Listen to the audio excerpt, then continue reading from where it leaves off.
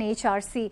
Earlier this week, India abstained from voting against China on a draft resolution in the UN Human Rights Council. The draft resolution sought to hold a debate on the human rights situation in China's northwestern Xinjiang province. Remember, it's been alleged that more than 1 million Uyghurs have been detained against their will in a large network of what Beijing calls re-education camps, but have frequently been cited by critics as concentration camps. Also, the recent UN report had concluded that China had committed serious human rights violations, and I'm quoting from that report verbatim, against the Uyghur and other Muslim communities. The draft resolution was turned down after 17 members voted in favor, 19 members voted against, including China, and 11 members abstained, including India. Interestingly, many of those who voted no were Muslim majority countries such as Indonesia, Somalia, Pakistan, UAE and even Qatar. Let's also listen in to what the Ministry of External Affairs in India has to say regarding India's abstention. Bharat सभी मानवाधिकारों को uphold करने के लिए प्रतिबद्ध है। भारत का vote उसकी लंबे समय के चली आ रही पोजीशन के अनुरूप है कि कंट्री स्पेसिफिक प्रस्ताव कभी मददगार नहीं होते हैं। भारत ऐसे मुद्दों से निपटने के लिए बातचीत के पक्षधर है। What does this abstention mean for India? Let's try and get in a sense of perspective, and for that I'm joined in by Ambassador G. Parthasarathy, who's a former well-known diplomat.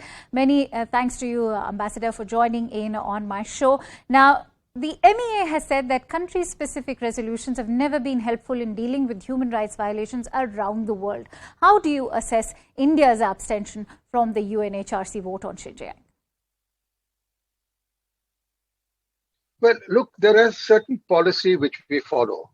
What happens, especially in the UN Human Rights Commission, is the Western countries, notably the West Europeans, the United States, and possibly sometimes Japan, who are, work as a group, get together to take on countries of their choice. Now, I'm quite clear in my mind, the United Nations should not be used to satisfy just a group of people, and we'll have to go by the consensus. Now, we generally would like to go along with the regional country, neighbor, what they feel about it. And that is the way we work out our vote, because we should not be seen to be backing just the West and ignoring the neighbors of where these things occur, and ignoring other developing countries. Even the case of Sri Lanka, for example, when we have found that there are some transgressions, we have pointed it out to them, but we will not support Western-sponsored resolutions which have their own initial reasons. Right, very well said, Ambassador. Also, for a country that has already blocked India's bids at UN to blacklist park-based terrorists, experts are questioning, would China be as generous if the UN discussion was about human rights in Kashmir? Yeah, no, not at all. You have put a very valid point. That would China do something? My answer is that China has a certain stake as a permanent member of the Security Council. India has a stake in sticking to certain principles, and the principle is that you must have a regional sort of sanction to go along with it.